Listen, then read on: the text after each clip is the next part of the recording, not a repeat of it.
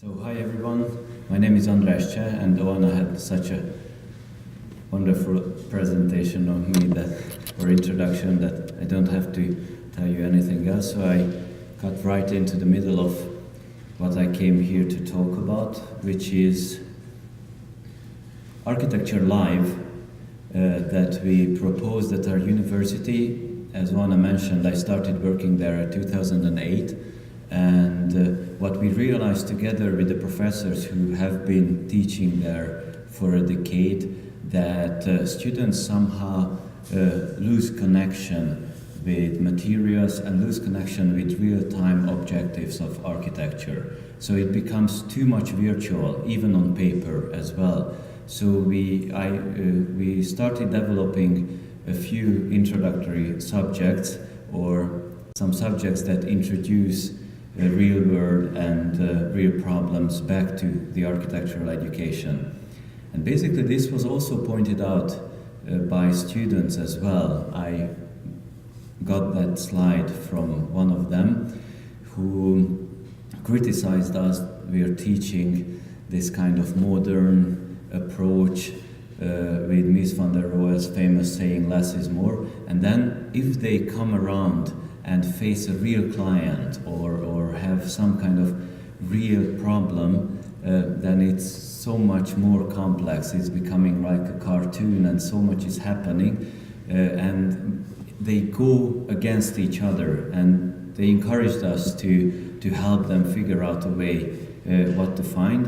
And now I'm going to show a quick video for one project that we built with students, a few of them, in London for an escape room, which was interesting for us because it was an escape room that's based on those cartoons, and it's the briefing area of that. And they came with their wonderful ideas, architecturally wonderful ideas, but it really contradicted the whole scheme that we were facing in London. So it was, I guess, their biggest challenge and my biggest challenge as well as an educator, to somehow merge these 2 points together. So right at the beginning, we start with an introductory video of that project. And I guess I'm just going to solve the sound problem like this.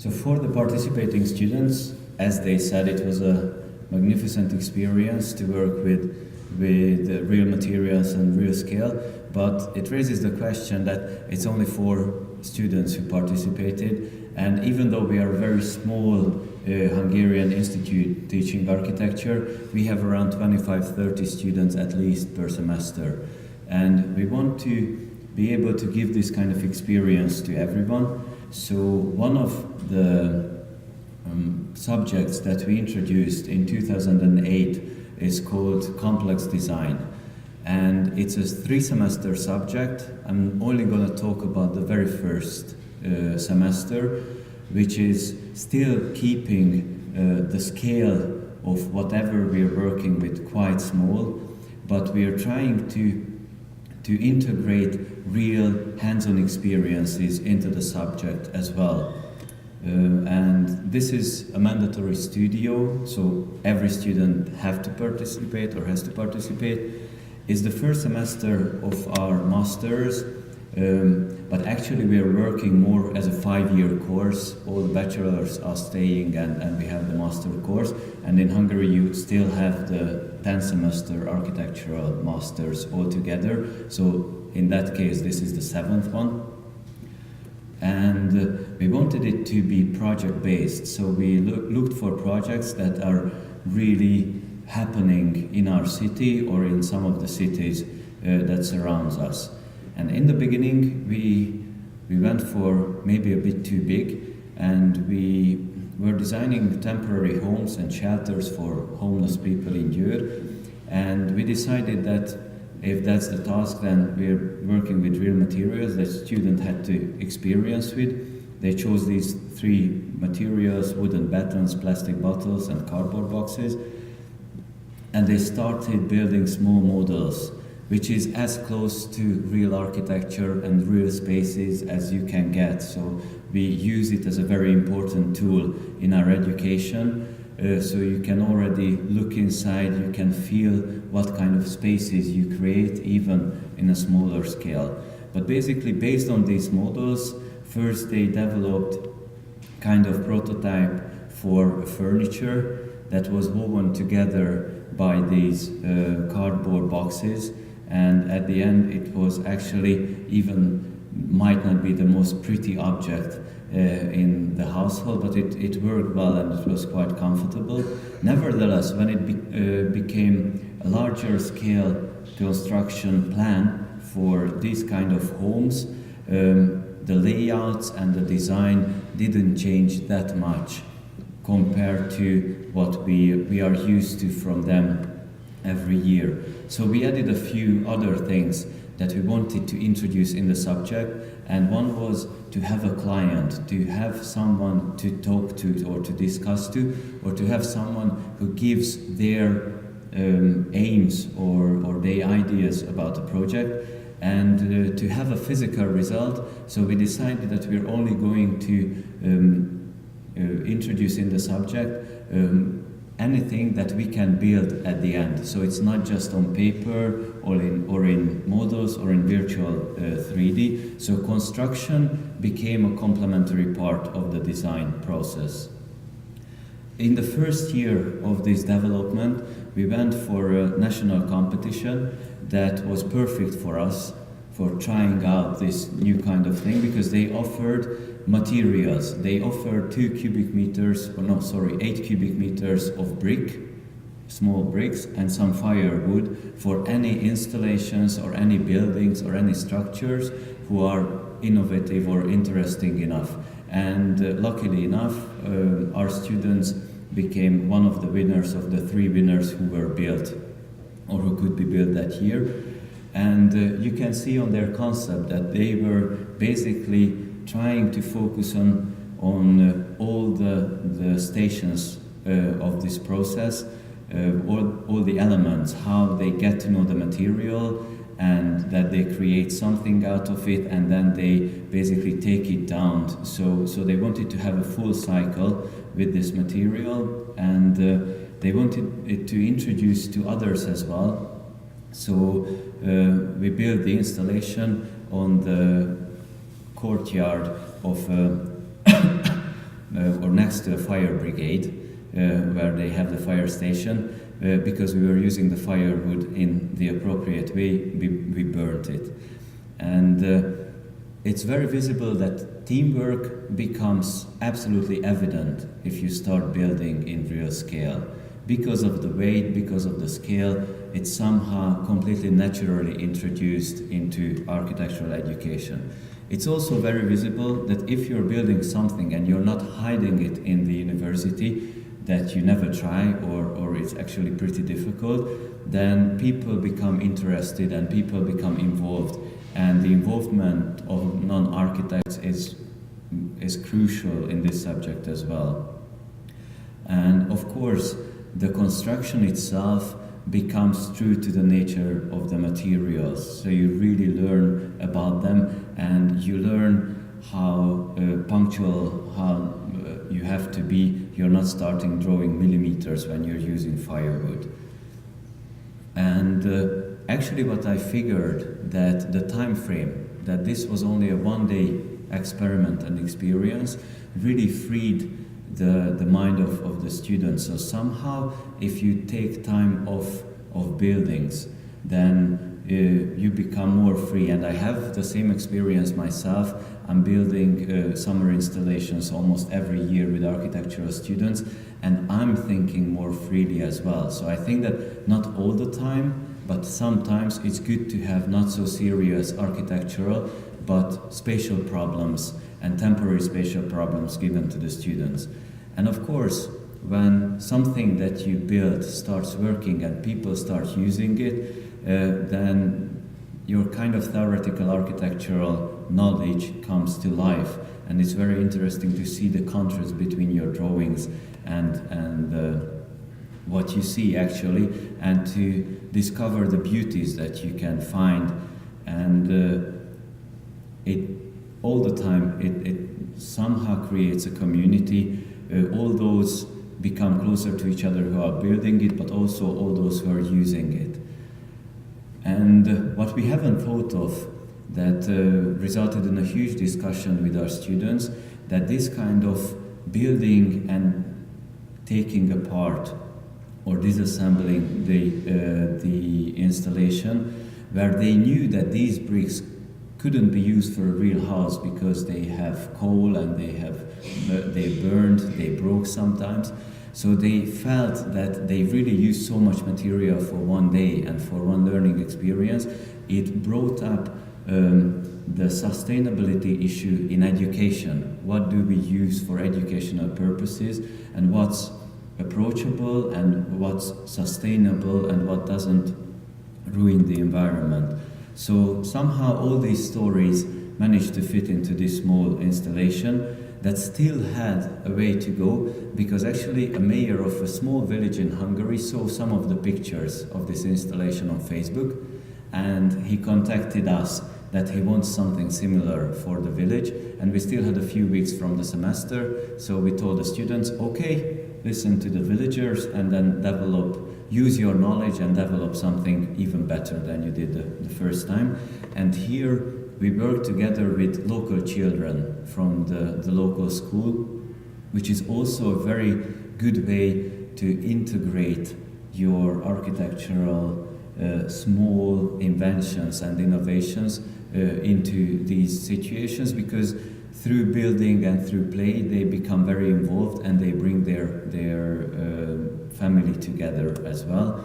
So this was the second installation, very similar to the first one, but the difference was that we used a slightly different wall structure. So actually this became the center of the village for the whole winter, because it was fired up every Sunday during the whole winter, wood re-put in, and just imagine that this is a very poor, rural, small village of like 3,000 people in Hungary, where there is a problem that everyone is moving into bigger cities, and from bigger cities people are moving to Budapest. And we managed to have this experience together with the locals there. The next year, we were working together with a Finnish university, the University of North Karelia, where they're teaching forestry and wood construction, and we were designing in the same subject small shelters for a rock festival there, which was pretty interesting for our students. So it was a shelter somewhere between a tent and a house. And I'm just quickly showing the pictures of one project that was one of the winners.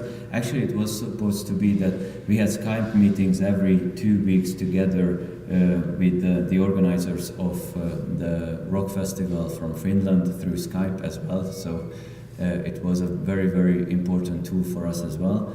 And they were supposed to pick out one exemplary project and build it together. We had students sent to Finland and they built it together with the Finnish ones. But they liked the whole process so much that at the end they selected 3 projects and all were built, and they were used at the end of the festival. And basically the variability was important here, and like stepping closer and what becomes from a vision where you have very general drawings of a student, which still focuses on some marginal issues that we don't. So for example, they made a research how to print on these kind of canvases very, very cheaply. And they were working on all the details because it had to be assembled and disassembled, which is, I think, a very big, it could cause big difficulties for architects as well, because we're used to concrete too much, or building out of blocks. And of course, they had to count the costs, which is not introduced in any other subjects, or so far it wasn't for us. It was always just free thinking, but sometimes the cost effectiveness actually, I believe, can help a project, that you're reduced to use a limited amount of costs. And you don't usually see this kind of drawing in a student's projects, when it was very important to convince the client that it's a feasible thing and that with their trucks they can transport it. So we had these virtual aims that we're used to. We had more real aims, which were done by models of 1 to 5. And actually the final presentation were that each student had to present, or each small group of students had to present their ideas torn apart.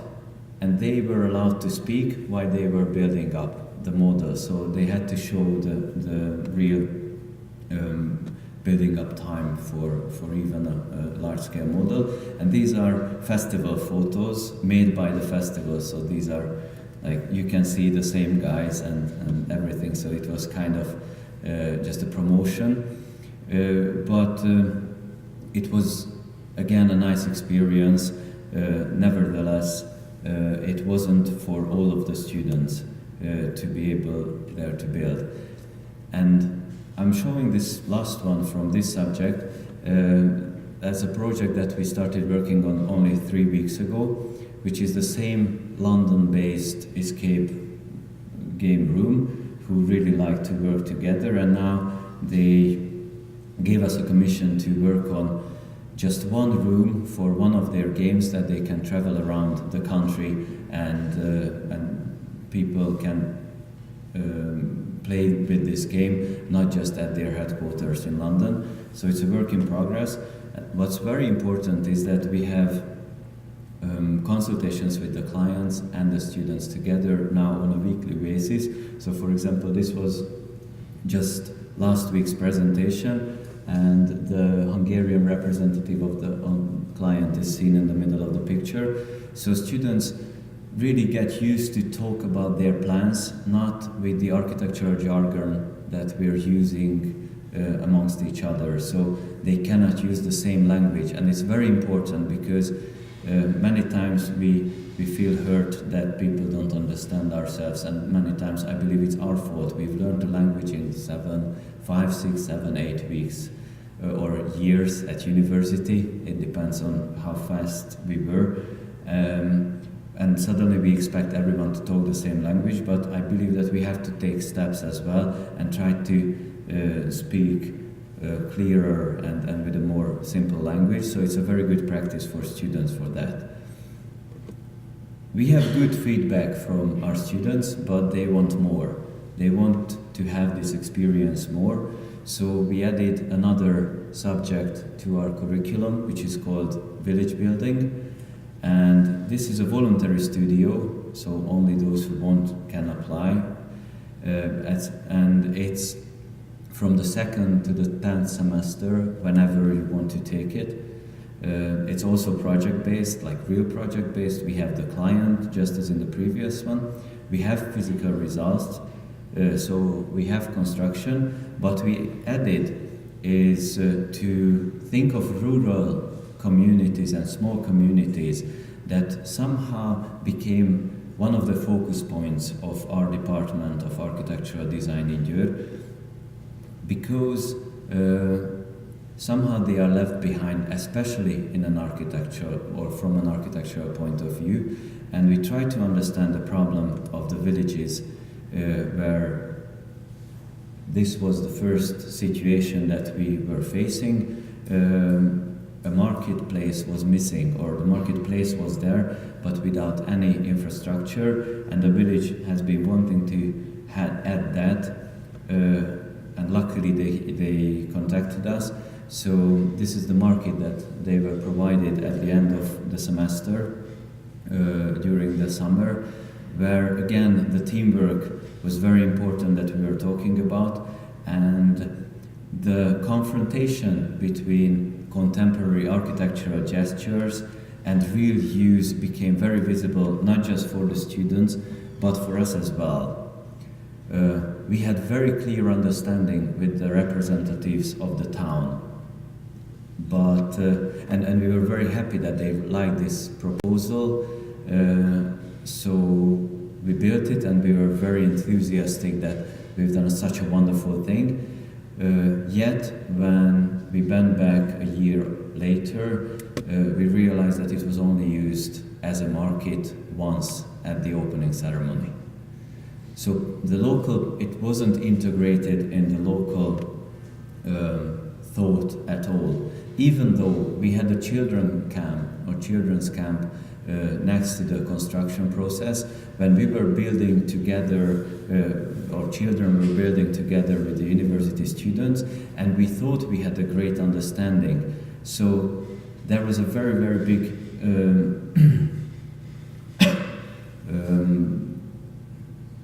thing to learn for us, that it's not enough to contact the representatives of a town. So from then on, we tried to go deeper, to meet with local people, with many people.